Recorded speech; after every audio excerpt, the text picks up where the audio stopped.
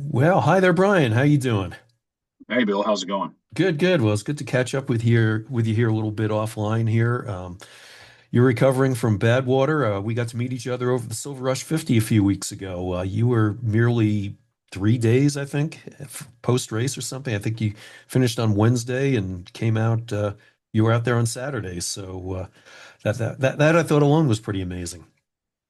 Yeah, I had a buddy of mine that actually paced me at Badwater that was running Silver Rush, and so we flew out of Ontario and got over to Denver, and then drove in on Thursday. The Badwater finished Wednesday night, so went to pack and Holy, pick up and crewed him for that race. wow, that's a quick turnaround from getting through with Badwater and everything. Wow.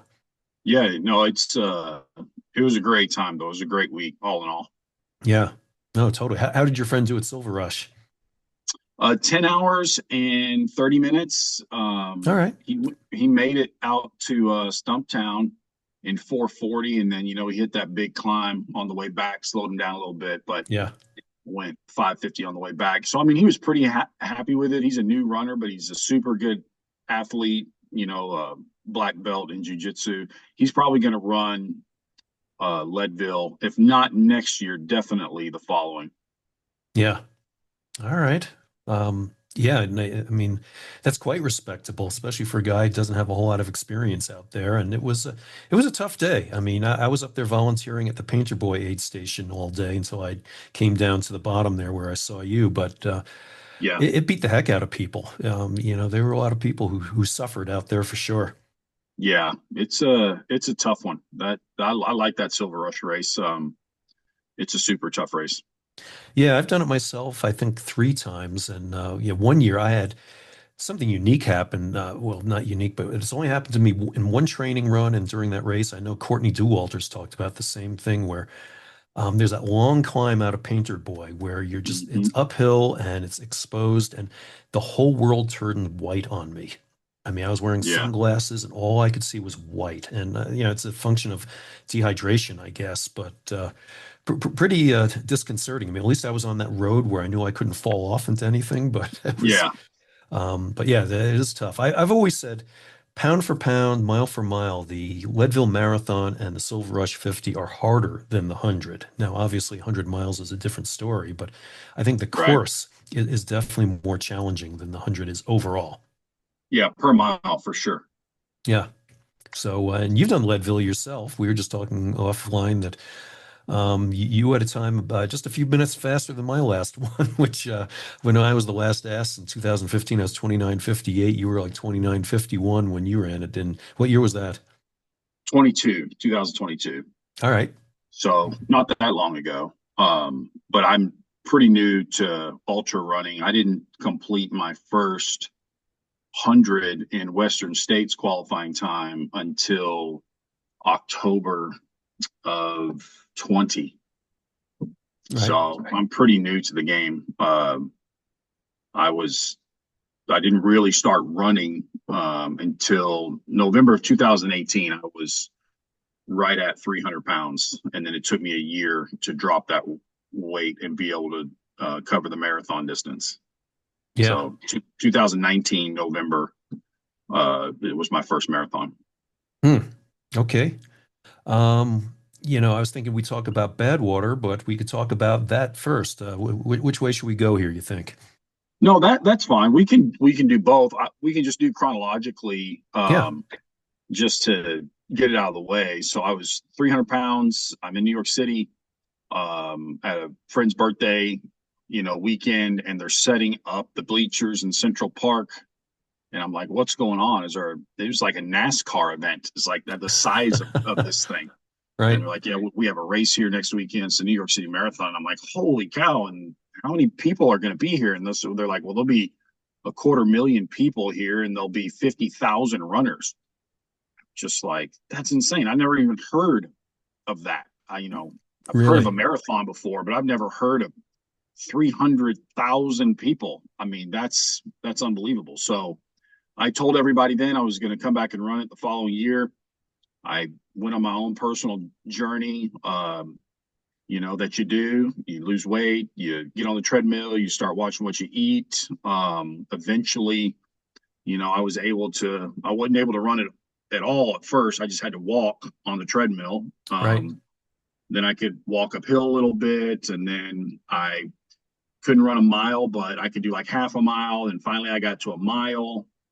And then I did the typical, I signed up for my local 5K, 10K, half marathon. I did an 18-mile run, 2 weeks before New York City Marathon. And then I went and ran the New York City Marathon in November of 19. It was a great race, but I could tell that I didn't like, I'm not a big people person. I don't like big crowds. And it was also like I really couldn't run. I could run, but I had to move at the pace of the pack. And sometimes I felt terrible and I wanted to slow down. And sometimes I felt great and I wanted to speed up. So being in that crowd of 50,000 people wasn't ideal. But I love the process of training and covering new distances and losing weight and feeling better. And so coming out of that, I immediately said, okay, well, what's next out there? And I found Western States, the documentary online, and I said, that's my long-term goal. So I got in and started. I ran a 50K at Bandera. I ran 100K at the Houston race. They have a race down in Houston. I can't remember the name of it, but I ran 100K down there. And then finally, I covered the 100-mile distance for the first time at the Arkansas Traveler in October of 20. All right. So it took me, and I say that was actually October of 21. Actually, I'm losing my years here. So it took me 2 years to go from marathon to 100-mile distance in less than 30 hours. Which is pretty wild, to be honest. Yeah, I mean, for sure, 3 years total to go from 300 pounds down to, I usually race around 205 to 210. I'm right. still a big guy. I'm still a really big guy out there. I Yeah, was actually waiting. let's back up for just a minute here, though, Brian. Sure. How did you get to 300 pounds, basically? Like, were you like, high school football player kind of thing who just put on weight, or, how did that all progress? Well, I grew up in Texas, so football is mandatory. Right.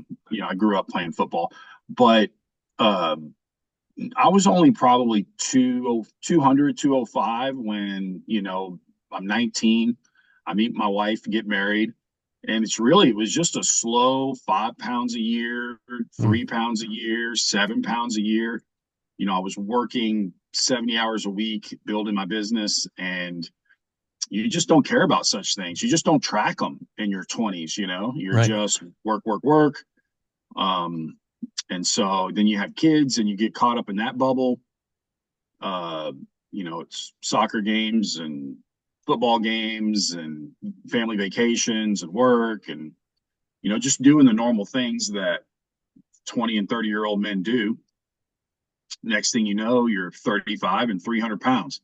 And Yeah. so, and I didn't really start losing weight until 44, 45, somewhere around there. And so I'm 50 years old now. Yeah. Were you having health issues at the time? I mean, that's a long time to be carrying that much weight around.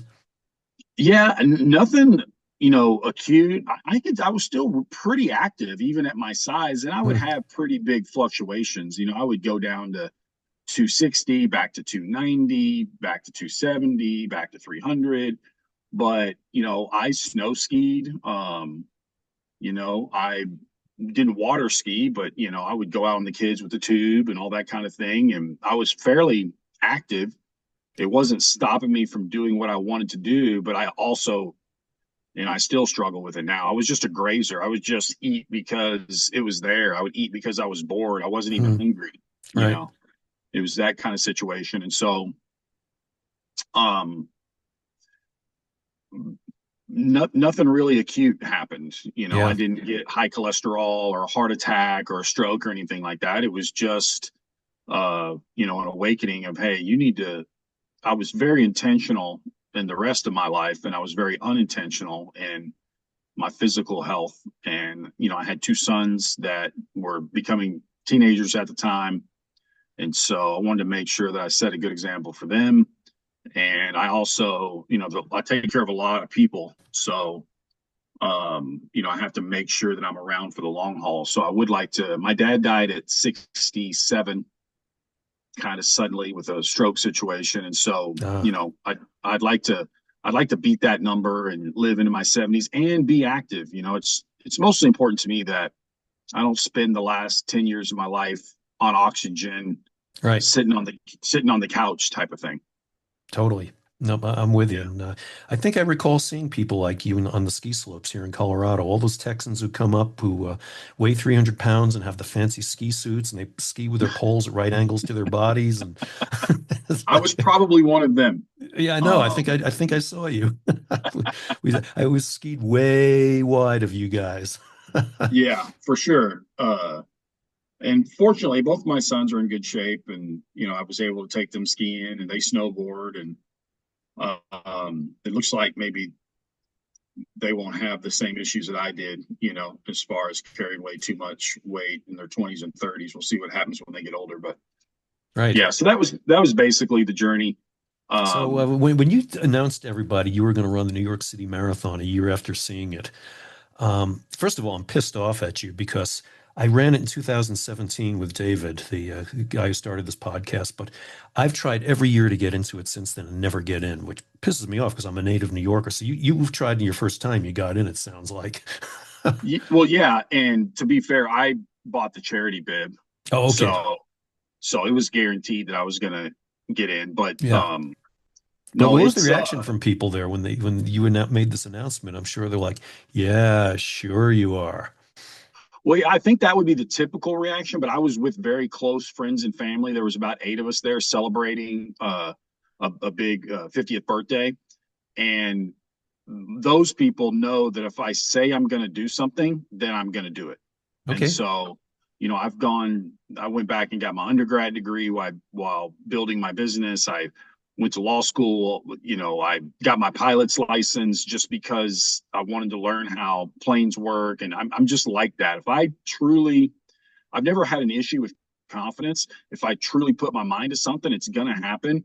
It's just a matter of, how and how long and the way I do it. And I don't care if I have to go under or over or around or through, it's going to happen. If I Hmm. if I say and if I tell people publicly, hey, this is what I'm doing, then that's what I'm doing. And so Right. I've never been one to make empty promises. Doesn't sound like it. So, Yeah. So yeah. so that wasn't I didn't get the typical, oh, you want to be an astronaut? Sure. I didn't get that Right. typical response. But yeah, so that was my journey, November of 18, basically, till November of 19. Fell Yeah. into the fell into trail running space. And then I love Leadville. Leadville is one of my favorite races I've ever ran, but my long-term goal is Western States. So I think this will be 21, 22, 23, 24. I've already done my 25. Yeah, so I'm 5 years for this drawing coming up in Western States will be my fifth year. Okay. So, yeah, that one's crazy. I have to keep accumulating tickets to get into there. So, Yeah, yeah, yeah. for sure. And it takes 7, 8, 9 years a lot of times. So whatever it takes is what I'll do. Um, but yeah, I just absolutely fell in love with trails. It's just I love the wide open nature of it. I love the suffering of it. I love that you can kind of set your own goals and achieve them. Whatever that is for you. If you've never done a 50K and you want to do your first ultra, fantastic, go for it. And it's just as big of an accomplishment to do your first 50K as it is when I did my first 300-mile race. I mean, I got the same feeling, Yeah. and No, so I, absolutely. So I just absolutely love I it. was gonna say you're a guy from Oklahoma, you're a Texas boy there. How did you ever discover trails in the first place? Well, yeah, I live in the worst part of the country for trail running. There's no doubt. Right. I have to travel a lot to get to the places I want to train at or run at. It was a YouTube video online showing Western states, that whole story of how that race started. And obviously, you can't just get into Western states. So I'm doing qualifiers, and I'm trying to find the qualifiers closest to me, which is why I ran an Arkansas qualifier. Hmm. Um, and so in that process, I also came across Leadville and all of the races that in the early 80s, mid 80s, kind of fed off that Western States vibe and created these other races that are difficult in a new way. You know, Right. Leadville's at elevation, and you got a lot of gain and loss. And Hard Rock said, "Oh yeah, well we've got even more gain and loss." And Right. Badwater says, "Oh yeah, we're going to burn you to death on the surface of the sun." And so, you've got all of these, basically men, some women, but a lot of men that are like ego driven and oh well, we're really tough here for these reasons. And I like going out and getting into those different environments and seeing if I have what it takes to survive the race. Yeah.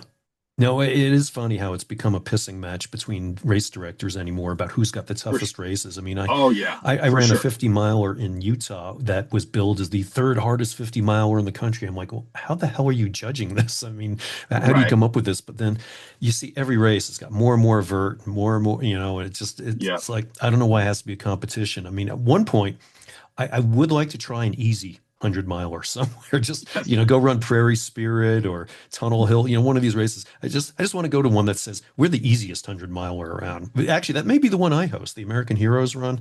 That may be about the easiest 100 miler because it's flat as a pancake. But still, in fact, that's how I kind of tell people when I go to races and I tell them, hey, you want to run a race with no hills at all?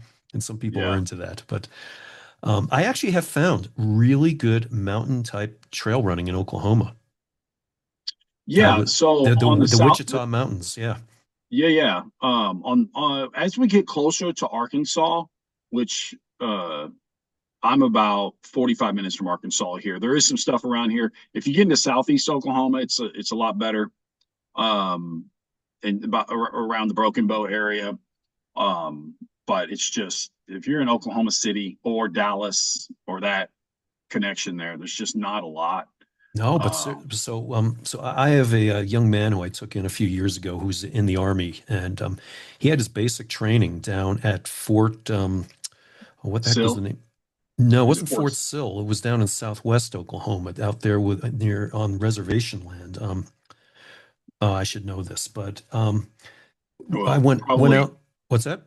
yeah. Altus, or we got a lot of military bases out here. Yeah, no, I forget the name. God, it was down there in Southwest Oklahoma. In case he graduated from basic training, and I went out there for his ceremony, and um, I drove into this area called the Wichita Mountains, and Yeah, it was like, first of all, it looked like Colorado out there. I couldn't believe it. I was running on trails through like canyons, and one of the funny things was I look up ahead and I saw a bison. I'm like, holy crap, look at that! And then I realized I'm inside his refuge.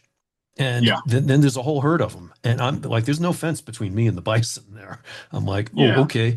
And then I kept running a little further and I ran into a big old longhorn standing right in the middle of the trail. And I did not want to mess with her at all. I made a really wide berth, but it was absolutely gorgeous. And I never would have guessed I would have found that in Oklahoma. yeah.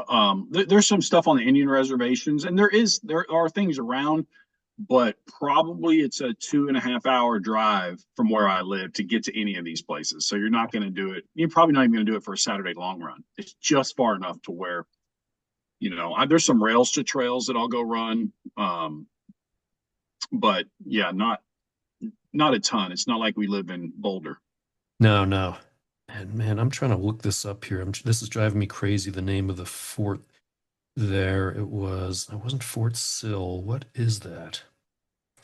Yeah, Well, crap. Fort Sill's based out of Lawton, so that's the only Yeah, one. you know what? That was it. It wasn't a lot in Oklahoma. Yeah. So it was Okay, yeah, Fort yeah, Sill. Yep. Okay. yep.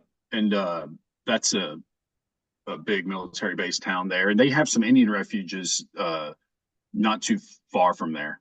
Yeah, no, my just hotel north. was literally adjacent to a Indian casino that was there. So Yeah, yeah, yeah. yeah. All right, so you managed to find yourself doing some of these trail races here and everything, and then what attracted you to the idea of running Badwater, the world's toughest ultramarathon, as they say? So originally, Western States, Leadville, Hard Rock, and Badwater were kind of the four American races that I felt each offered something different as far as the suffering and the pain you would have to go through. And then also, they were the oldest, they had the most legacy. I felt like if you were going to be a trail runner, those are four races that you would want on your resume. I've since kind of fell out of love with Hard Rock. Not for anything that they did, just if you're going to try and grind me down in 48 hours through vert, I know you're going to lose on that. I know you're. I mean, I started a race on Saturday at 2 p.m. or on Friday, I'm sorry, at 2 p.m. at Monster, and I finished the following Thursday at 2 a.m. So I Right, know I can go for 5 or 6 days. The vert was way more than Hard Rock has, just because at 300 miles the distance is so far, right.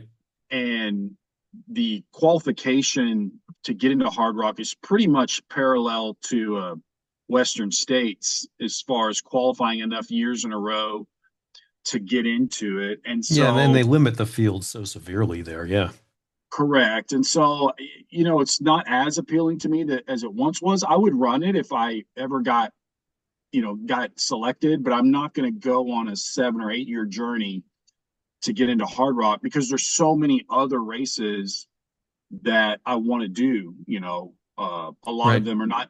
A lot of them are not in the United States, and I'm going to need to put some time into those races. So the juice just isn't quite worth the squeeze for Hard Rock for me anymore. Although it's a great race, it's just the amount of time it takes to get in is a lot. I'm 51 now, and I've got probably 7 to 10 very difficult races to train for and get into that I want to do still. And so, and I've got some other stuff inside of ultra running that I'm wanting to get into. But yeah, so those were the big races. Yeah, I've done Leadville, I've done Badwater, um, Western States. I will get done whenever they select me. Hopefully, that's in the next few years. sooner than And later, then right? Yep. yeah, and so I love the 200 plus mile space too. It's really suited for grinders, for people that no longer have that pure top end speed, but can just go all day, every day, regardless of the environment or regardless of what the race throws at you. And so I ran Moab, I ran Monster, um, Moab last October, Monster this April, Right. and then I went straight into Badwater from there, and now I'm doing Triple C here in 5 weeks. So it's been a gauntlet of races, of Yeah. epic adventures the last 9 months. Yeah. No, I've been really amazed at how the 200-mile races have become a thing here just the last few years. I mean, used to Yeah, be people would hear I ran 100 miles and they'd be like, oh my God, I can't believe you do that. And now I have to tell people it's like, people consider it a speed event now because people are running a lot further. yeah, they are, and for me, I'm a back of the pack, uh, and I've done 100-mile races as the last finisher too. I was the last finisher at Javelina. I had a hairline fracture in my foot about mile 40 of Javelina, but I had to finish it because I was also coming off of surgery, so I didn't have my Western States qualifier done for that year, and so I had no choice but to finish that race, and so I was the last finisher there. So I'm very back in the pack at the 100-mile level, but in both of my 200 plus mile distances, I've been top third of the field Right. in finishing, and it's just because everybody's fast on the first day, but day 2, 3, 4, 5, the guys with a lot of speed are regressing, and the people that are just super determined and can hold fast to the speed that they can carry, um, tend to do pretty well. And so my Moab and my Monster finishes were much higher as a percentage of the field. I don't really care about that. It's just I noticed that I do well in that environment. Yeah, no, you're more competitive there. Just as I've always noticed, I'm actually more competitive the shorter the race. I was, I was always a 400-meter guy. Wow. Yeah, and so I just liked the ultra distances because I like the challenge of them. It's not just a matter of putting on your shoes and running once around the track. It's a matter of, nutrition and gear and everything else. So, Yeah, for sure. um, but yeah, no, actually, I was going to say you were 62nd at Moab and 85th at Arizona Monster, which each of those races. Well, Arizona Monster had nearly 200 people in it, so yeah, fantastic finishes there. So. Very, very Yeah. cool. How was it for you to make that jump from the 100 miler then up to Moab, 240? So that's obviously a huge difference. How were you able to make that jump up there? What causes you to be such a successful grinder, as you call yourself? Well, you know, finishing last or at the back of the field on hundreds means you're out there 30 hours. Right? My keys 100 finish. I was out there 32 hours. Only 35% of the field even finished keys 100. And so Yeah, you once were I telling got me it was done just brutally hot and humid there, right? 110, if you're just looking at the heat, this year at Keys was fine. It was only 87, and they had a 65% finish rate. But the Mhm. previous year, when it was 110, there wasn't a cloud in the sky. There wasn't a drop of wind. It was as humid as you can possibly imagine. And Wow. there was the suffering that I saw there was unbelievable. So only 35% of us finished, and it was just a lot of suffering. So I knew leaving Keys that okay, if I had to go 40 hours or 50 hours or 60 hours, I felt as if I could do it. After leaving that race, mentally I grew a lot in that race. But when I got to Moab, I went out there for a week. I scouted, I researched where David Goggins quit. I had looked at where some other high profile runners ended their race, and I covered those sections. And Mhm. I realized, okay, I haven't done this continuously, but I've looked at this course over 7 days of hiking through Moab, and I had a great deal of confidence that I could get through the course. It's just a matter of you don't know what's going to happen to you at mile 75 or 140 or Right. 190. And at Moab, there's two crux to that race. There's the climb for the first set of mountains, which is the Shea Mountains, and you have this big Shea climb, and so you kind of get all right. I made it through that, and then the Pole Canyon climb, which is where Goggins quit. Um, it's a different animal. The Pole Canyon is something that if you're looking for a challenge in ultra running, I strongly suggest if you just don't think anything can beat you and you're looking for some suffering, go run Moab, get 180 miles in, and then get in and out of Pole Canyon up to Geyser Pass. That's at mile 200 if you make it to Geyser.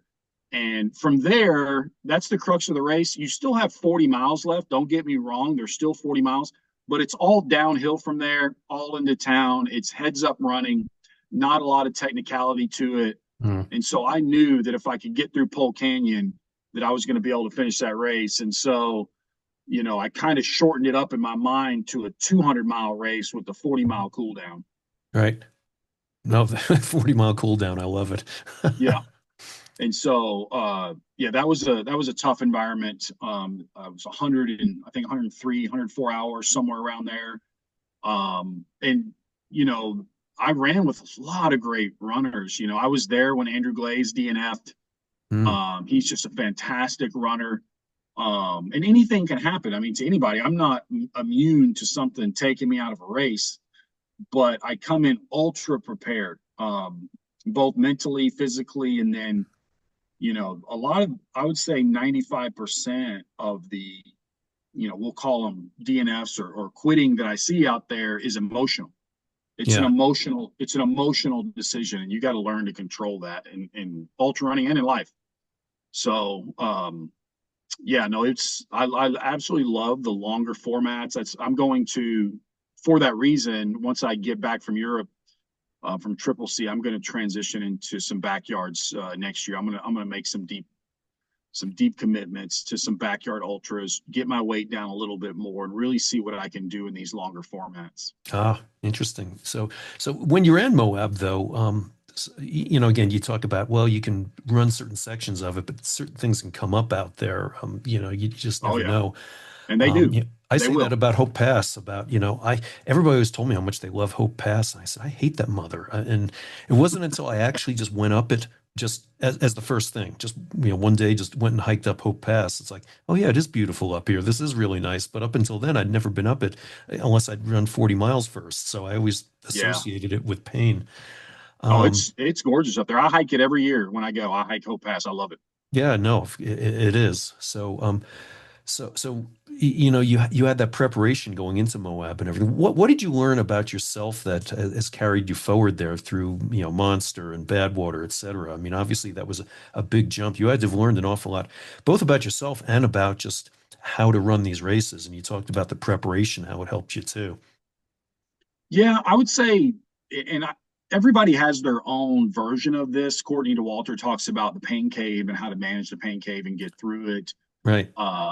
David Goggins talks about the cookie jar and how, hey, you can rely on previous efforts that you've done or previous hard things to get you through this current hard thing that you're doing. For me, somewhere in that Keys race, and I've applied this to all my subsequent races, I started to realize that this internal conversation between that you're having in your mind that is basically reacting to what your body is going through. It's an emotional conversation. Right. Oh, I'm hurting. My feet are blistered. My knee hurts. My hip hurts. You're having all of these things, and you're basically trying to go back and forth with yourself about whether or not you should continue. And at some point, if you keep having that conversation, you're going to submit to those thoughts, those negative thoughts, and you're going Mhm. to bow out of the race. It's just a matter of when, not if. And so I just don't have those conversations. I look at any problem that I have, any challenge, as something that I will figure out and I will fix, but I don't dwell in it. Right. And so in this last race with Badwater, I had a doctor friend of mine, Dr. Jordan, out there. He was running it also, and I I had a leg issue. I taped my leg up. It looked like it could be a stress fracture. I wasn't that concerned about it. It just slowed me down. Fortunately, I had built up enough time early in the race to where I wasn't up against the cutoffs. Mm. And Okay. so I was hiking it in, but my leg was swelling, it was collecting fluid, it was getting extremely red. He thought that I had a stress fracture. I wasn't really concerned about it. Me and the stress fracture were going to the finish line. Um, Right. and so there's that big 13-mile climb there at the end, and yeah, I just powered through it. I just decided I'm doing this climb. We're going to get to the top, and we'll deal with the leg later. Most things, not all things. You don't want to threaten your life out there. You don't want to mess with. If you haven't peed in 12 hours and you start sweating and you've got the cold shakes, you probably got rabido going on, and you're going to kill yourself. Yeah. Yeah. So you have to know, make a non-emotional decision about these things. But by and large, 95% of the time or more, you can continue. You will be fine. And so I just don't have those emotional, mental episodes, these little temper tantrums that we have with ourselves in our internal dialogue. I don't do those. Yeah. Um, Do you divert somehow? I mean, it's kind of like, I tell everybody I coach, even, kids who are running a 5K cross country race, mhm. that your brain will lie to you all the time because your Oh, yeah. brain is all about self-preservation. It will Yep. say, hey, you're hurting. Well, you'll feel fine if you simply just stop or slow down. It's like, so your brain always lies to you. Do you find a way to tell your brain, hey, you're lying to me? And you're like, where do you go mentally so you're not dwelling on those things you talked about? Well, and, I don't want to preach to the audience here, but so I grew up Baptist Christian. I'm a spiritual person. I think that helps. I think at some point, whether you're spiritual or not, Get 200 miles into an effort with 100 miles to go, and you'll find a part of Mhm. you that is not physical. You'll Right. find a part of you that is spiritual. And so I kind of look at it as my body and my brain are having an argument. They're having a discussion. Someone's trying to win. And I am neither my body nor my brain. I am Brian. I am a spiritual person. I'm the part of me that's not mental or physical. And I basically just tell both of my body and my brain to shut up. And I don't care. You guys can have this conversation later. I know what's going on here. You're Right. trying to prevent Brian from getting to the finish line. You're trying to prevent Brian from accomplishing his goal. And the spiritual part of me takes over. And I'm just very good in the moment at evaluating whether or not I have an issue that is worthy of quitting. And I have yet to find an issue that's worthy of quitting, because when you DNF a race, I carry that with me. I mean, that stuff don't leave. I take it to the grave. I am very much, I bring my friends, my family. I have told everyone I'm doing this, and to disappoint myself and all those people that I care about, that's not going away. That's going to stay with me the rest of my days. A broken leg will fix you know, I had one of my hundreds, I blew a hernia. I knew that I had a hernia. I could feel it in my growing. Oh, wow. So me and the hernia finished the race. We went to the hospital, had surgery, and got the hernia fixed. These things are not going to stop me. Those kinds of issues are not going to stop me. And so it's really just leaning into the spiritual side of yourself, evaluating everything without emotion, and staying calm in the moment, and just getting through. If you're gonna run Leadville, or if you're gonna run a 200-mile race or a 300-mile race, something's coming for you. Just accept it. Right. Yep. Accept it. Just go ahead and say in your mind, I'm not, a knee problem is not stopping me. An ankle problem is not stopping me. Blisters are not stopping me. If you have some kind of these systemic internal issues of upset stomach and throwing up and dehydration, sit down. They can all be fixed. Get in some salt, get in some water, get in some calories. I have been dead to the world. I have been unable to maintain 30-minute paces, and 6 hours later, been free running 175 miles into the Yeah. race, like the previous 6 hours never happened. And so your body is made to recover. So yeah, just leaning into the spiritual side of myself, telling my brain and my body to shut up, and you know, all of these small little ancillary issues, I work on them. If I got a blister, I'll pop it. If my knee hurts, I'll wrap it. If I've twisted my Right. ankle, I'll tape it. I'm not ignoring what's going on, but I'm also not emotionally tied to it. It's just a human body. I'm taking this human body that I was given to the finish line. That's that's all it is to me. I love it. I mean, that's just so powerful. And, um, I can't tell you how many races I finished, Brian, with duct tape on my feet. I mean, it was just like, Oh yeah. okay, I know all the skin's coming off here, but I'm just going to keep going here. But Yep. yeah, that mental determination is quite impressive. I mean, you found a niche for yourself, basically, where you can go ahead and do these kinds of things. And I'm sure. I mean, how does that look to the people who know you, who knew you as this 300-pound guy who suddenly said, "Hey, here's Brian. He says he's going to do things like everything from starting with New York City to now he's doing 300-mile races." And people must have a whole different view of you now, right? Yeah, so it's really weird. I would put it like into three different categories. So all of your non-running, lifelong friends, obviously that comes across as crazy to them. Yeah, But honestly, 50 miles or 100 miles or 200 miles, you're just as crazy at the marathon as you are at 300 miles. They can't comprehend going quite out true. and running Yep. 26 miles, and they can't comprehend 300 miles. It's all the same to them. It's Yeah. just a number. They thought you were a purple dinosaur at first. Now they think you're a pink dinosaur. Now they think you're a yellow dinosaur. They don't understand any of it. Right.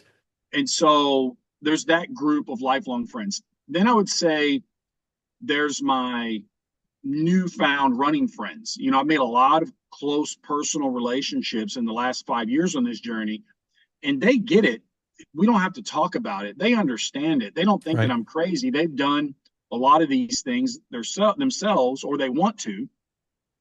And so that group is kind of, they speak our language. You know, we're all us ultra runners. We're talking in tongues. The real world doesn't understand us, but the ultra running community understands us. That's why we call it a family. You know, we're like, oh man, it's the Leadville family. It's because everybody that's Yeah. there gets it, and nobody else that's not there gets it. And so there's those two groups, and then there's those really close personal relationships, like my wife, my few close personal friends that have paced for me or gone on to lose weight on their own and done half marathons, or you know, been successful at their level because what I've done is rubbed off on them. And that close personal group that's probably been your crew or your pacers, they've been there every step of the way. And so they've kind of hung out in both worlds. They've gone Right. from, you know, thinking you're crazy to now coming to Leadville, meeting people, and understanding why we do what we do. So there's kind of those three groups. Yeah. And, you know, the people that think that I'm crazy, they still love me and I still love them. And we're still super close. And we're, you know, a lot of them are coming to Europe with me. And after the race, we're going to go to Italy. And, you know, so it's, Nice. you know, it's just they don't get it, you know, uh, they just hear numbers and they don't even realize that a mile's not a mile. I mean, there's miles that go by in 30 seconds that you don't even remember after you ran them. And then there's miles where you're on all four, you're on hands and knees climbing for, you know, 90 minutes just to clear these 2,500 feet of vertical gain and, you know, technical single track. And those are completely different things. Right. 1 mile is pleasant and wonderful, and you would do it all day. The other one's like, oh my goodness, what am I doing here? Right. And so they don't even understand that a mile is not a mile. It's just, you know, they Yeah. they don't get it. But yeah, it's been that's always an interesting part of every ultra runner's journey is you know, the people that are in your life that see you do it and the people that you meet along the way of doing it. It's really a fun part of this. Yeah, no, totally. Yeah, and you're so right. I think you've divided those three groups perfectly because yeah, there are people in each of those camps that yeah, the people who are like impressed if you run a half marathon and you know, if you run 100 miles, if you run 300 miles, it's like it's all crazy to them one way or another. Yeah. Correct. Yeah. Yeah. My mom won't even say the word Leadville, by the way. She just says, "Are you going to do that stupid race again?" It's that Is stupid she race. calling the race stupid or is she calling you stupid? All of the above. Yeah. Yeah. No, she still introduces me to her friends as this is our athletic son. We don't know where he came from. So it's Right. it's pretty funny. But well, so Arizona Monster, love to hear more stories about how that went for you and love to hear about Badwater as well. I'm sure everybody'd love to hear about those.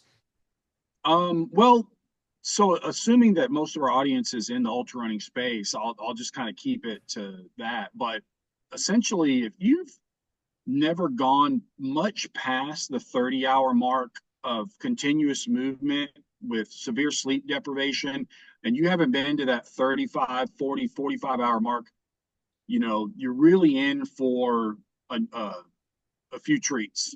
You know, the first thing is we all talk about hallucinations. We've probably all had them at some point, Right. and you'll see a Jeep in a tree or an aid station that you thought was there that's not there. Or you'll see the cactus turn into a person, and you kind of get used to that and operating in that environment. And essentially, you're just what I call Alice in Wonderland. You're Alice in Wonderland. You know that this particular part is not real, but you're moving through, you're conscious, you're aware, you're not going to hurt yourself, you're extremely fatigued. And that's one thing you're going to experience as you move into these deeper formats. The second thing is, and these get more dangerous as you go through them. and you Right. have to learn how you have to learn how to manage them. The next phase for me that I have found is I'll start to experience a great deal of deja vu. And if you've ever had deja vu before, it's like, oh, I've been here before, I've done this before. And you're not experiencing deja vu. What is happening is your brain is not comprehending what you're seeing as fast as you're seeing it. And so you're running along, it's all trees and trail, it's been all trees and trail, and the brain is just slowly losing its ability to comprehend what's in front of it. And that's like your warning sign for things are going to get dangerous if you continue down this road. Now, if you continue to plow through the hallucinations, plow through the deja vu, you're going to end up in a situation where you're actually disconnected from reality. And I actually had that happen, not so much at Monster, because every time I got to that super fatigued deja vu stage, I would make sure I got a trail nap, or I would fortunately end up at the aid station and lay down for 45 minutes. Of the 131 hours that it took me to do Monster, I slept for 10 hours, almost 10 hours exactly of the 131. So about 75 minutes a day or something like that. Wow. Well, if you ignore that and you just keep moving while you're going through these experiences where you're starting to realize that, hey, I'm losing my ability to comprehend what's going on in front of me, it's extremely dangerous, especially if you're on a mountain, you're on ridges, you're on single track. Oh yeah. You've got to take care of that. And so if you don't, you're going to. I got into a situation at Badwater about mile 102 where Badwater starts at 8 p.m. I try to sleep during the day, but I never can. I do not like these late starts. I love the Leadville 4 a.m. start because you're not going to sleep before a big race anyway. Right. So let's just get it on. Let's just get going. So I'm up from 7 or 8 a.m. on Monday, start at 8 p.m., run through the night, no problem. Run through the next day, no problem. Get through most of that second night, but about 3 in the morning, my wife was 2 miles down the road, because it's self-supported. My pacer's with me, and I'm like, hey, do you have your cell phone on you? And he's like, yeah. I said, okay, call her, have her come back towards us. I'm gonna have to lay down for 30 minutes in the car because I was starting to not comprehend what I was doing. Mm. I literally, why are we at mile 103 again? How many miles is it? When's our next aid station? Wait a minute. There are no aid stations in this race. I mean, things that would be just Right. things that would be, standard operating procedure for a trail runner. I wasn't understanding, and I had already gone through the hallucination phase, and I was starting to get into this, what I call the deja vu phase. And so she comes back, I lay down, I wake up, and they actually let me sleep for an hour, and I completely still cannot comprehend fully what is going on. They're like, hey, it's time to get up. It's time to go. We have a checkpoint at 108. We got to get there. And I'm like, what's a checkpoint? What are they checking for? What if do I need to, do I need to have something on me? Do I have enough on me? What are they going to look for? And they're like, no, we just got to get there. And I'm like, yeah, but you said they were going to check for something. Do we need to be collecting coins or something? Or I did not Right. It's a understand, toll booth. Yeah. yeah, fully what they were saying. So it took 2 or 3 miles to get there. And then, if anybody's ever gone through continuous movement with sleep deprivation and then gotten a little sleep, sometimes the help that you're going to get from that doesn't come for 3, 4, 5 miles later. And then Mm. you're like, okay, I'm glad I got that 45-minute nap back there because I do feel better now. So I got through that, ended up getting back into Lone Pine, making the climb. I was dealing with my leg issue, but everything was fine. There was no risk of not finishing the race. But Did both Monster. you yeah, I was gonna say, did you rely on caffeine at all during those periods? Oh, I'm drinking Coke, mixed in with my electrolytes. I'm going electrolytes, soda, electrolytes, water, electrolytes, Coke. I mean, I'm All mixing right. in, caffeine as much as I can. Caffeine's only going to get you so far. Yeah. At some point, even in these backyards that I'm doing some research on now, you know, these elite runners in these backyard formats are coming in, originally say 36 hours in, Harvey can get done in 42 minutes, lay down, take a 14-minute nap, get back to the corral, go back out again. The problem Right. is day 3, 4, and 5, even a Harvey Lewis, who's a previous world champion, now his 4.1 miles is taking him to 55 minutes. Yeah, no So time there, to nap then, so right? there is no nap then, and then he ends up going through the same process of hallucination, deja vu, complete disconnect from reality, and it gets really dangerous when you get to that level. So you're going to get better at that aspect of long distance trail running, which really in the 100 miles, if you're a slow guy like me, you can get some of that. But, the Courtney Dauwalter, if she was to run a standard 100 and finish in 19 hours or 21 hours or whatever, she's not going to have the severe sleep deprivation. She's going Right. to have all the other issues, but she'll probably go take a shower, get 8 hours, and then come back to the finish line and watch us cross the finish line. I know that kills me. Yeah. My crew one year at Leadville said they saw the winner having breakfast in the hotel where they were, and they said they realized, yeah, he'd finished, showered, gone to sleep, woke up, was eating breakfast, and their guy was still out there on the course. Me. But yeah, Yeah. There's we levels to the game for sure. yeah. I actually heard somebody recently talk about how, by taking, say, 15, 20-minute naps during these races, they would actually take the caffeine before they went to sleep because there's a little bit of lag time before the caffeine kicks in. I hadn't heard this before, but they said it helped because then when they wake up, they didn't have that disorientation, that fog that you were describing when you woke up. Yeah, it definitely helps with mental acuity. Man, I tell you, I'm in a big multi-day effort like that 200+ mile race. I'm so fatigued when I lay down that there is coffee, just red line straight into my veins through an IV wouldn't keep me awake. I mean, Right. I am toasted. Yeah. And it actually, when I get up after say 90 minutes or 2 hours, if it's a longer sleep, it takes me about an hour or two to get the benefit of that sleep. Because you're so Right. groggy when you get up, you're getting your pack back on, you're getting your shoes back on, you're trying to get out, and you're out there on trail, and I'll be doing like 20-minute miles for a couple hours, and then all of a sudden now I can start running 12-minute miles again. Yeah.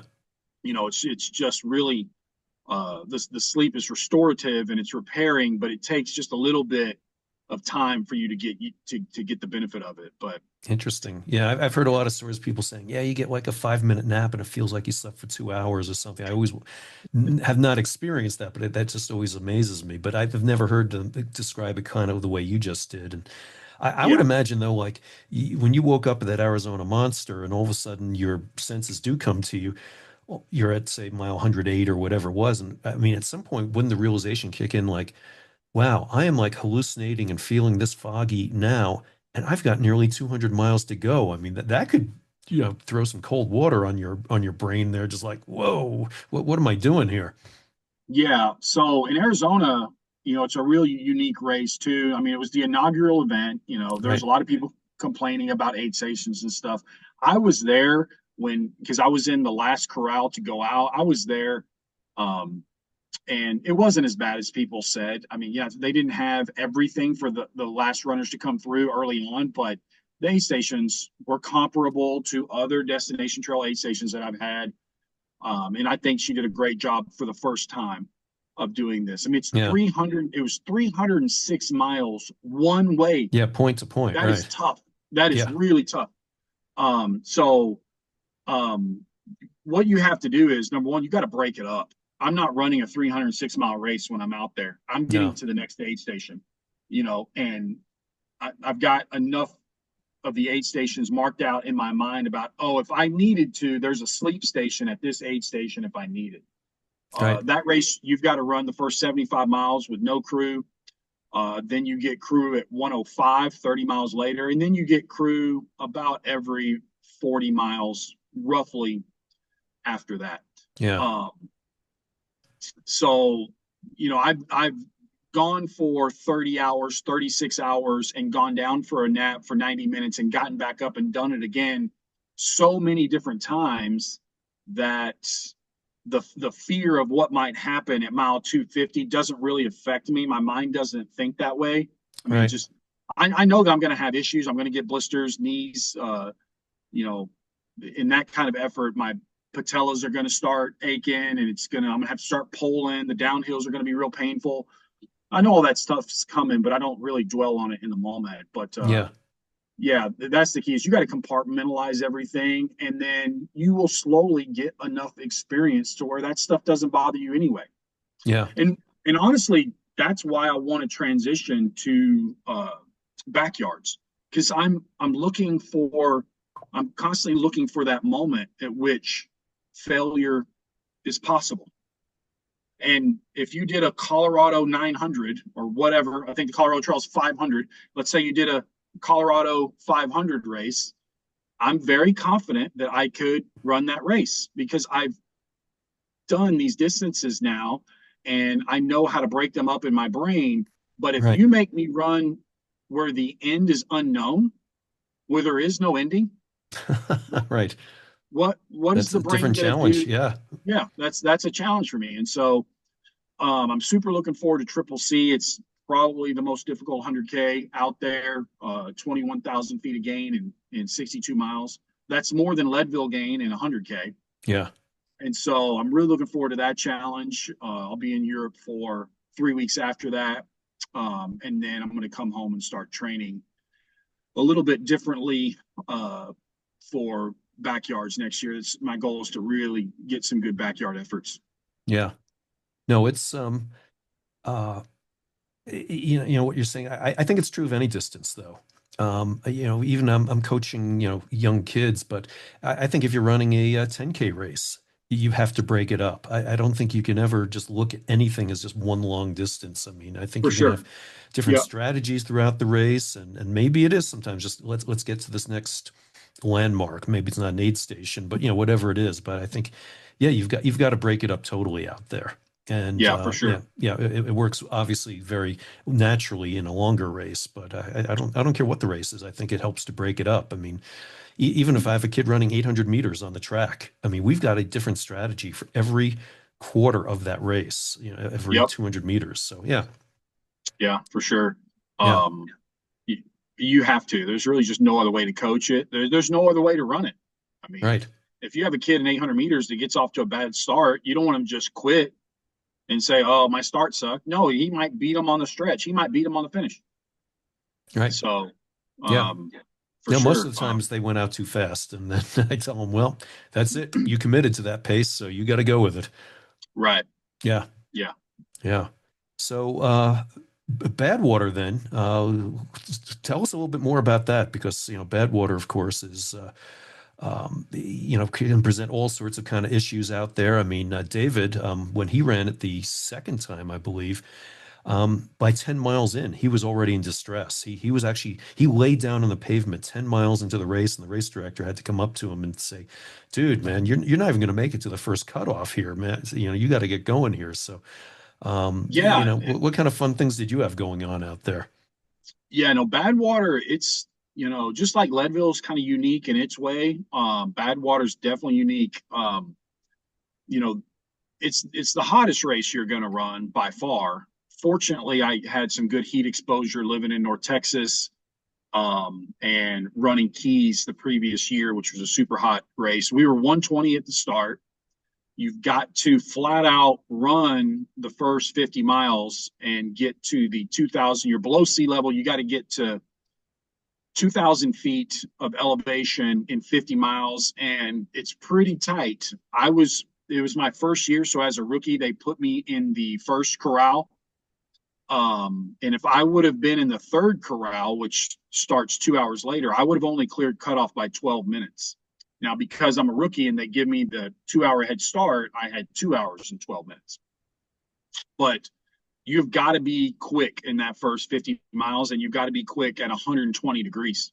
Yeah, And right. so, it's not a ton of gain early. They really stack. There's three big climbs that start at. There's one at 42, at 72, and 122. You've got three climbs that are all at or just over 5,000 foot climbs. And which means the downhills are also just as brutal. There's some downhills there that are 9, 10 degrees Mm, down. It's right. very difficult to run at that slope. Um, so, Yeah, Badwater's it is a difficult race. I think this was the largest field ever, at 99 runners. Oh, wow. 93 of us finished. Um, and essentially, I think I was fifth or sixth from the end or whatever. But a really interesting, what I'll remember from this race the most is, I met Bob Becker out at Keys. He was there when I crossed the finish line. Oh, okay. Came up to me, talked to me. He's just a great man. Long history at Badwater. You know, he's a good friend of Chris Kosman's. He's a multi Badwater finisher. He DNF'd last year at 79, trained for a full year, and dropped 4 hours off of his time as an Yeah. 80-year-old. Incredible. Absolutely And so, incredible. and so I'm coming up the final climb there to the entry portal of Whitney. It's a 13-mile climb, 6,000 feet gain, I think. And he's just right in front of me, 100 yards in front of me. And we're both just moving. I couldn't gain on him if I wanted to. And I Wow. did not want to. Yeah. I was just ready to get this race on my resume. And I was hurting pretty good, but I knew that I had driven the course up there. I had been up there. I knew there's a bunch of switchbacks at the end that they're going to torture us with, and it gets a little bit never ending, like the end of most of these races do. And to see him, really plow through and just commit to what he was doing at 80 as a 50-year-old man trailing him was just it was a gift from God. It was a miracle. I was witnessing a miracle. Yeah. And so And say it again. He was 80 years old. I yeah, it's mean, unbelievable. yeah. It's I personally was my pacer, him and his pacer. We're the only people that saw this. We're the Right. only people that can testify to the world that we saw an 80-year-old man finish Badwater. And so, In I mean, 45 hours. Yeah. yeah, it was unbelievable. Yeah.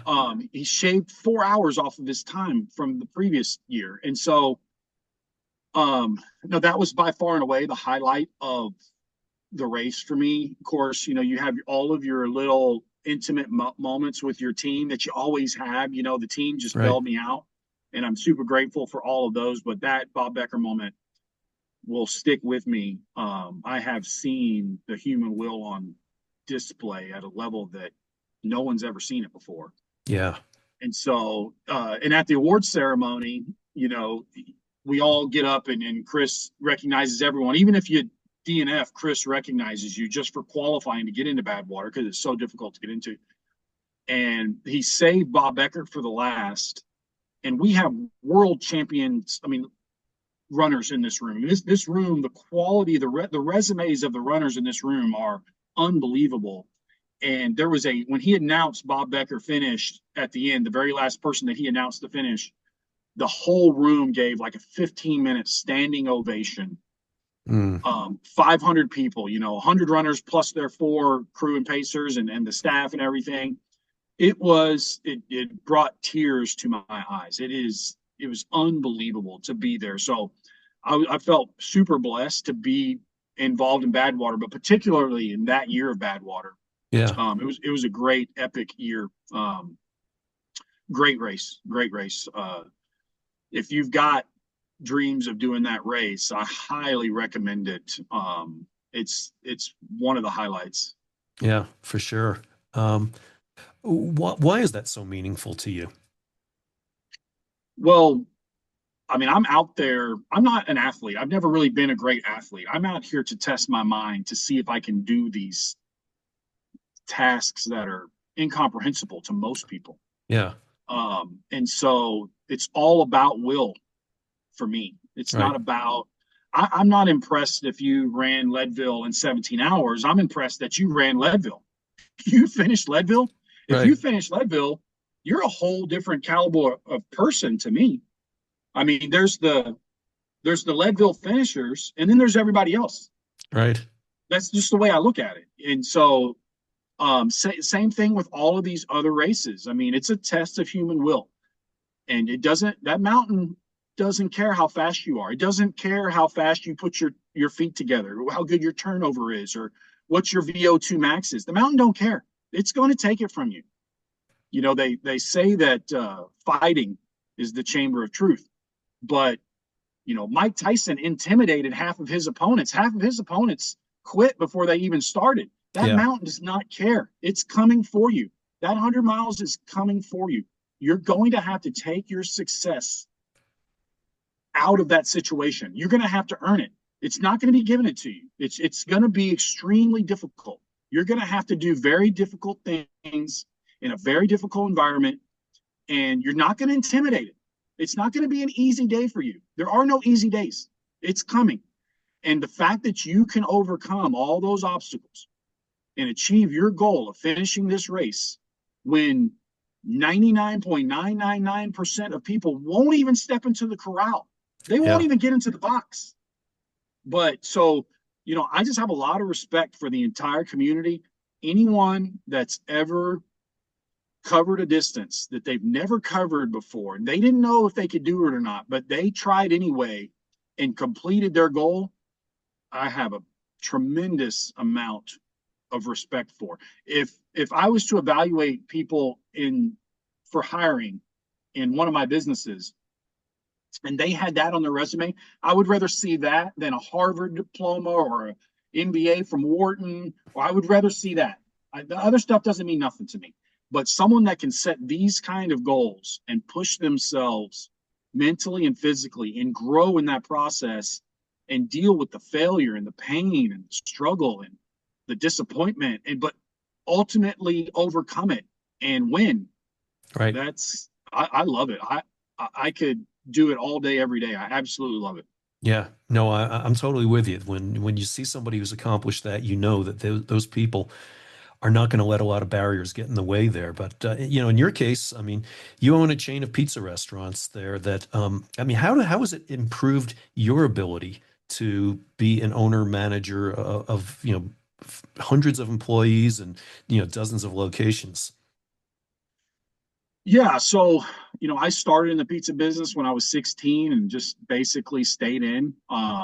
You know, and a lot of I would say 90% of my success just comes from not quitting, just you know, being the last guy standing in a situation where leadership is looking for someone that knows what they're doing, and so you end up getting promoted. You know, I was a Yeah. insider and then a driver and then shift runner and assistant manager and supervisor and director of operations, and you go through this long career path in whatever your field is. It doesn't matter if you're a doctor, lawyer, CPA, construction worker. You know, it doesn't matter if you stay there and show up, give 100%, grow in your own personal space.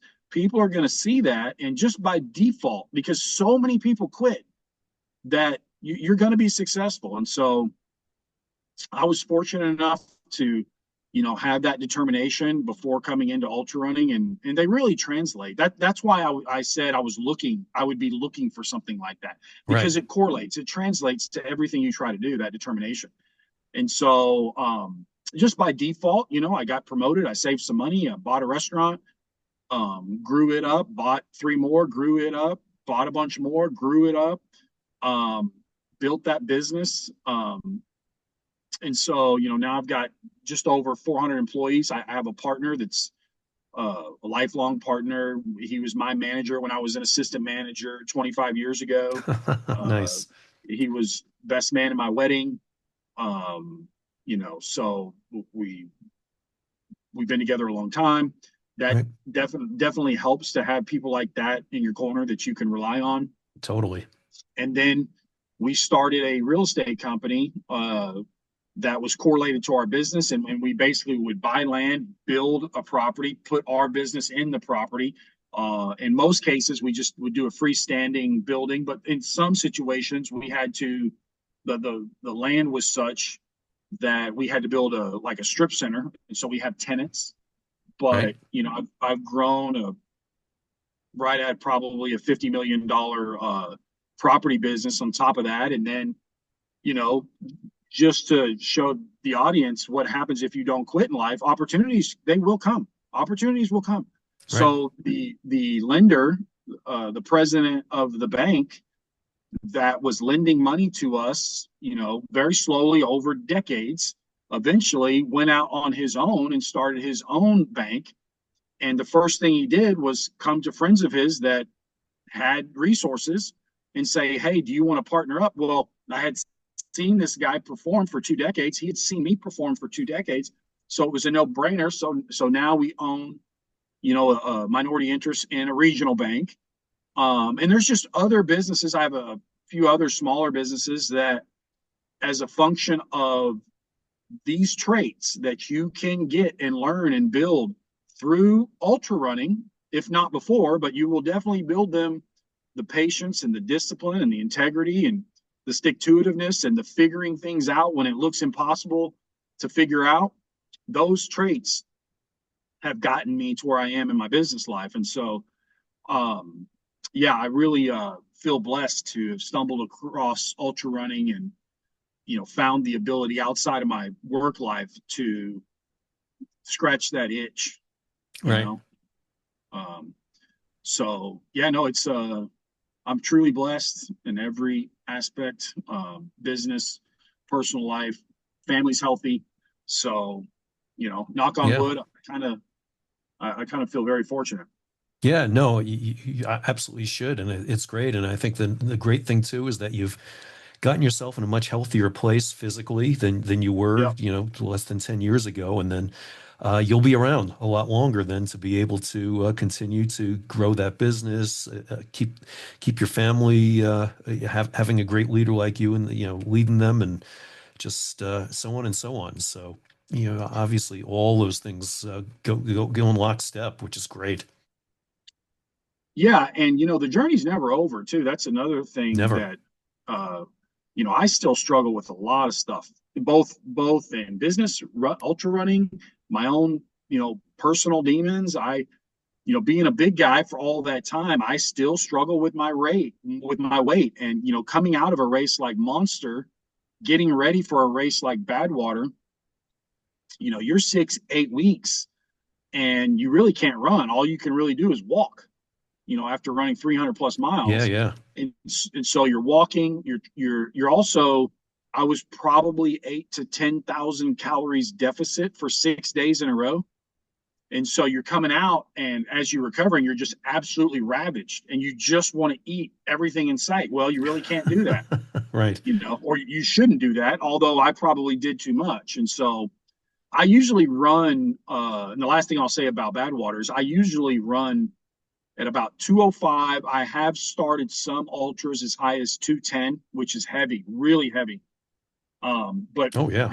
because of my training, cycle being so short, I can only get down to 214. And so obviously I'm still going to run the race. And I show up, I weighed myself before I left Dallas on Saturday morning at 214. My crew shows up. We have our big crew meeting. I take them to dinner. I really try to take care of my crew. Then we go to our packing pickup on Sunday. We had lunch and dinner there. And then Monday, I'm really loading fluids. I'm drinking Element. I'm getting as much Right. fluid into me as I can. And And salt. Yep. yeah, long story short, Badwater is one of the few races that weighs you. So I'm 214 on Saturday morning leaving DFW, and I am 228 at race start. I What? gained 14 pounds. Whoa. Crazy in 60 hours. So they weigh me, they put it on your bib. If you end up going to seek aid from the race at Badwater, they're going to then check your weight again. And if you're off too much, they're going to pull you. Mm. So That's the way obviously, Leadville was at one time. yes, and then a lot of the races were Yeah. they would do that in the 100-mile distance too. I guess when we were all new to this game, Yeah. but obviously I'm not going to seek aid at Badwater. I'm not going to take the chance because I ebb and flow a lot. I mean, I drop weight and I gain weight a lot very fast. And so I ended up just running the race like I weighed 200 pounds, and it ended up being okay. But um, I You think, finished at 200? well, so funny. So yeah, I crossed the finish line, and Chris Kosman's giving me my shirt and my buckle, And I'm like, hey, where's the aid station here at the finish line? I want to go use that scale and weigh myself. Yeah. And he's like, oh, we don't have it. They don't Uh, have it. So I never was able to weigh myself. When I got home, so this is post Leadville now because I go to Leadville. So yeah. this is almost a week later. I was like 217. All right. So, I probably dropped 15 pounds during the race, gained 4 or 5 of it back. Um, but yeah, I've got 5 weeks here, so I'm back in weight dropping mode, trying to get my walks in. My left leg is there is no fracture, which is good. I've got a contusion uh, in that leg on that tibialis muscle that's going down. It's getting way better. I think by next week, if I stay on this progress, I'll start to get some small runs in. Then Mhm. that next week, I'll work some more mileage in, and then I'll be in Leadville, and I'll be climbing all over Leadville for about 9 days. Yeah, yeah. Um, with Badwater, did you do any specific heat training? I mean, obviously you said, obviously you live in a hot place as it is, but Yeah, you always hear stories of people who, like David, used to he used to go to the gym at midnight and smuggle a bike into the sauna kind of things. You always hear stories of people doing crazy stuff and yeah, and as well as the nutrition, whether you have to adjust it based on the extreme heat you're dealing with. yeah. So I did all of my workouts in the middle of the day and over 100-degree heat index in North Texas and in Oklahoma. We have great humidity here, so we can get a great heat index. I have a sauna at the house. After all my runs, I would jump into the sauna. I started increasing that. I will say that it's the hottest race in the hottest place on earth. So you don't ever want to ignore the heat. But I think people are kind of misunderstanding the concept, in my opinion. There's a lot of people that think that you can acclimate your body to heat. And there may be some truth to that. I grew up roofing with my dad. Mm, When I yeah, was from 6 years old to 16. That's all I did. And at the start of the summer in North Texas, it was 100. And at the end of the summer, it was 100. And in all those years, both with me and my dad, I never on day 80 felt better than I did on day 10. But what happened is the mind got used to it. The yeah, mind got used to the suffering, and you just dealt with it better mentally. Now, I'm sure being a lower body weight helps. Being properly nutrition and proper fluids help. Salt helps. You right. don't want to ignore and do all those things. And so I did train in the heat because I was going into a heat race. I just don't want anyone to think that you can heat acclimate enough to make Badwater not hot. Yeah. That's not going to happen for you. And so the best thing to do is to accept it, prepare for it, train for it, and then get in there and act as if the heat is not a problem. It's a Interesting. All right. problem. Yeah. It's a problem, but you need to act as if you can handle it. If you start Yeah. dwelling on it, it's going to eat you up. Yeah. As you pointed to earlier. Yeah. Yeah. Interesting. All right. And then in terms of, keeping food down and everything there in that extreme heat, I mean, obviously, we know we lose our appetite when we get dehydrated. Did it present additional challenges for you there? Yeah. So here's one benefit that I would tell all of your we'll call them the big guys, the big runners, Yeah. guys that were once big and have dropped weight and come down. I have been able to avoid a much higher percentage of the intestinal issues that I see out there on trail. I can eat, in my regular life, I have no problem eating. I've always had a crazy, bad, varied diet. I'm not saying do that. What I'm saying is I don't throw up just because, you know, I get either heat exhaustion or malnourished or so. I've been very fortunate that I can consume things on trail when I've seen 120-pound people not be able to.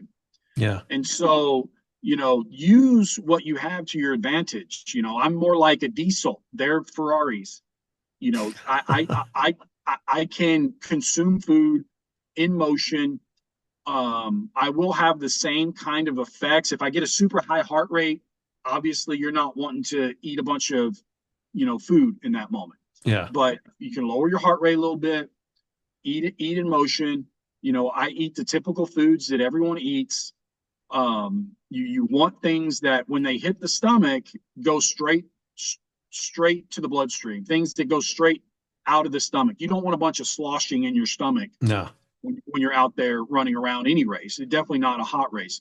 So liquid things are better than steaks or cheeseburgers a lot of times. Although I have eaten cheeseburgers on trail if the Right. temperature's right and my heart rate is good and I feel like I can handle it. Yep. Um, a secret weapon for me, my last 3 or 4 races, has been cream of wheat. My wife makes cream of Oh, wheat. She puts it in these big thermoses. It's better than gels. It's got a better consistency to it.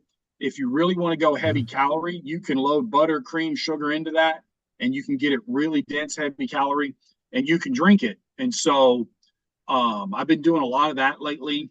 Um, I like it. That's an interesting one. Yeah. Makes sense though. um, Yeah. I, I would say at Monster, I was in the 5,000 calories a day range, and that seemed to be able to get me through.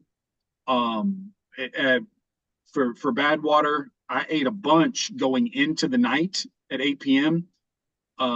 Paydays, Snickers during the race. At nighttime, I can handle. Tuesday during the day at Badwater was rough. I mean, that is the crux of the race. They start you at 8 p.m. Yeah. Between 8 and 10. It's hot. You're getting through the night, but you don't have to deal with the exposure. When that sun comes up on Tuesday morning at 6, you are in for it for 14 hours, and they're sending you down into Panamint Springs, into the very hot section of the desert there, and up to Father Crowley, and it's just all exposure. I mean, Yeah. so it's very difficult to eat in that environment. But I had built up such a calorie surplus, relatively speaking, going into that I ended up being fine mentally on that day. And then when the sun went back down, I was able to eat more. I did eat some during that day, but I didn't eat as well as I did at night. So in these longer efforts, you got to plan, or at least know, hey, we might not be able to eat as much here, so we got to eat here, here, and here. Yeah. Um, and so you really got to make that. The very back end of Monster was like that. Monster weather was great early. As we got south of Tucson into that desert heading towards Mexico, it got real hot and it was harder to eat. But everything up through Mount Lemmon was pretty decent from a temperature standpoint. Yeah. Man, I'm So just thinking, you try to eat a payday or a Snickers, you're gonna have it like frozen before you take it out of you try to eat it at Badwater because it's gonna melt yeah, instantly. Yeah. But well, in that's Badwater, yeah, logistically, you've got multiple coolers. You've got a clean cooler. You've got an ice cooler. You got a drink cooler. right. So it's you have to do all of that. Yeah. Yeah, it just makes me think how difficult of challenge in a way because I always advise people I coach or anybody, it's like drip drip nibble nibble, to Mm-hmm. Jason Koop's mantra about just keep a steady stream of fluid and food coming in. And if you're having to be selective about when you do and load up when you can, certainly add some extra challenge out there. Yeah, I've been really fortunate. Digestion issues, consumption issues, bowel movement issues. I've been very blessed with all of that. I think it's a product of being a bigger guy. Honestly, I do. I think if Yeah. and I don't want to be 270 pounds out there. I would love to be 195, or 190 would be great. But for all of your athletes, if they're bigger athletes, hey, you got to use what you have. You're that style of guy that may be able to keep a clear headspace for longer because you are carrying calories with you. Yeah. You But you have extra I weigh about two calories. thirds of you, and I've actually won eating contests. Oh So wow. Okay. yeah, no, I've I can put it away. But you make me Yeah. think about what would happen if we got Joey Chestnut out there. There's a guy who can consume some calories. I wonder how he would do in a race. Yeah. I don't know if his cardio would keep up, but No, no, but yeah, I could his see he could train. Yeah, no, he could definitely do it if he put his mind to it. But yeah, the real question is not how many hot dogs can you eat. The real question is how many hot dogs can you eat in these next 300 miles? right. Or I know they do some other things. I wonder, it always kills me how these eating contests are usually these disgusting things, pretty much. I mean, I've seen they do have a kale eating contest, but can you imagine if they had a gel eating contest? That would be Ooh. actually that would be a pretty fun little contest there, wouldn't it? To see who would win between the Joey Chestnut professional eater types versus the ultramarathoner who's used to eating those. Yeah, I mean the gels, we all take them as long as we can, and then all of a Right. sudden we can't. Yep. And there's something about that palate texture that just gets us to tell our crew, "Hey, no more gels, please. Give me something else." Yeah, you know what? I'm actually going to do this. I think this is a brilliant idea we just came up with here. I'm going to stage a gel eating contest somewhere. I don't know, maybe like a gel mile. They have like the beer mile out there. I wonder if you have a gel mile too. But I see possibilities here. I like this. Yeah, for sure. You won't have a problem finding sponsors. That is also true. Yeah, because Yeah. there are a lot of choices out there. Yep. You break the world record. I'm sure that Goo is going to want a piece of that. Yes. Oh, that's awesome. Well, hey, this has been a great chat here. You're moving on to CCC, which for those who don't know is a UTMB race out there, out on the same course out there, coming up over there in, does that, I know it's in France. Does it go into Italy and Switzerland too, or how does that Yeah, CCC work? it Yeah, goes Chamonix, Courmayeur, Champéloc, back to Chamonix. So yeah. go Okay. France, Italy, Switzerland, back to France, something like that. Got it all. Okay. And then you're looking to turn the page into the backyard ultras, which will be interesting to see how that goes. What else do you have on your vision there for down the road? Well, 100%, I'm going to cross the finish line at Western States. Right. Um, I will 100% at some point go back and run UTMB. I didn't run UTMB this time because I have like a group of like six couples that are going, and Yeah. I didn't want to destroy myself before the vacation. So I'm just gonna dip my toe in the water with Triple C and then go on the 3 week vacation after that. And so I'll do those two races at some point.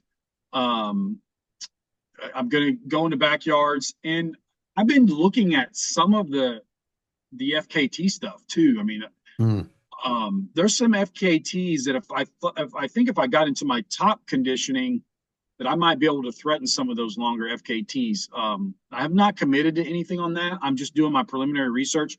I would love to at least make a couple of attempts. yeah. You know, most of them, if you can knock down 60 miles a day and continue, you'll have a shot at them. And so, yeah, I'm briefly looking at that, but it's definitely everything that I do from this point is going to be the longer stuff. Yeah. I No, love I love the multi-day. I love the grind. I I like being with people that are suffering for long periods of time and seeing how we all react to it. yeah. Well, that's super cool. Yeah, I was gonna say Yeah. you don't want to get in the slow or the shorter races or shorter FKT attempts. That would become an SKT for your slowest known time or something. Yeah. But Yeah. yeah, yeah, find those long ones out there. Yeah, that's cool. Yeah, for sure. Yeah. Well, good. But Well, what have we missed here among we've covered a lot of things, and I think there are probably some things we haven't gotten into yet. I mean, nothing that I can really think of as far as my journey or my recent races. I mean, for anybody out there that's pushing and trying to cover new distances or accomplish a new goal, I would just say 100%, if I can do it, you can do it. The Right. human will is inexhaustible. And so don't don't give up. Work the challenges that are in front of you, and one challenge at a time, you'll get to where you're going. And so I just encourage everyone, whether it's your first 5K or you have more long-term goals of some longer stuff. I mean, there was a time where I could not run half a mile, and I can now cover 300 miles at paces that hang with the best ultra runners in the world. And so it's a long journey, but you can get there, whatever your goal is. So just keep going. Yeah. And it doesn't have to be hugely long, but yeah, no, No, you're absolutely right. everybody's got their own Everest, as I always say. And, For sure. it could be getting out there doing a 5K, or it doesn't have to be an ultra, but it could be. Yeah, for sure. And like I said earlier, my first 10K, my first half marathon, I got just as much pleasure and joy and personal satisfaction and growth. I learned just as much on those journeys as I did on my 300-mile journey. Yeah. And so I love seeing people do their first 5K, 10K, half marathon. I just love it. Being at Silver Rush this weekend, with a couple of friends of mine that had never covered that distance before was just as exciting for me as me finishing Moab. And Yeah. so it's an unbelievable thing to accomplish. Yep. Totally. And you started off just the way David did. I mean, David in his first book describes how his first run on a treadmill was 15 seconds, and he thought he was going to die. He weighed Yep. 320 at the time, and next day he Yeah. did 30 seconds. The next day he did 45, and obviously kept multiplying after that. So, it is a tried and true journey that you went on that got you to where you are. Yeah, and I don't know if this will work with the technology we got here, but I don't really show very many people this picture, but I don't know if it'll even come up. But Oh, yeah. that's Wow. that's me at probably 305, somewhere around 300, 305. When people said, "Hey, Um, big guy," they meant it. Yeah. yeah, for sure, for sure. Yeah, Um, no, and Dave, so, I have so many people tell me how inspired they are there's a picture on the back of David's first book that basically a before and after when yeah, he looked like you there. And then the after picture was him on top of Hope Pass. And, nice. yeah, so, yeah, you just see those transformations, and a lot of people just look and say, "That's me." Now how can I go from point A to point B? So Yeah. very cool. Well, it was great. Where can people find you out there in social media? You're not out there too much, I know, but can people No, no, find you, I'm follow you somewhere? I'm on Strava, and that's pretty much it. Just Brian Watson on Strava, and I'll have weeks of 130 miles, and I'll have weeks of nothing if I'm recovering from a 300-mile race. But yeah, I'm not really on social media. I mean, I didn't grow up with it, and my wife keeps me informed of how many times her aunt goes to Walmart and all the exciting things that you can Right. learn from social media. And so I kind of live a more private life, but I'm on Strava. You can follow me there or message me there or whatever. And All right. if anyone's ever out there and sees it, I'll be all over Leadville every year. And I guess you could look on Run Sign Up to see what races I'm running. But right now it's only Triple C, and then I'm gonna probably hit some last man standing stuff mid-year. I mean, all of this is contingent upon if I get drawn for Western. That could change the game, but Oh, yeah. that's my priority. But so yeah, that's it. When does the Superman podcast go out? I will get this out. We'll talk about that offline here, but Oh, okay, it'll be okay, out soon. Yep. But great, I'll see you out in Leadville on August 16th or 17th, whatever, for the 100 out there. And if people are looking for you, look for that long white beard. That's probably the best way to identify you out there, right? yeah. There's a handful, but not too many. Yep, that's true. Well, hey, Yep, Brian, thank you so much for sharing all these stories. I mean, we had a random meeting up there at Silver Rush, and I'm so glad we had a chance to connect like this because your story fits in so well with the We Are Superman podcast and our audience, and it's inspiring to see where you've been and where you're headed. excellent. Well, thanks. I appreciate it. Absolutely. Thanks.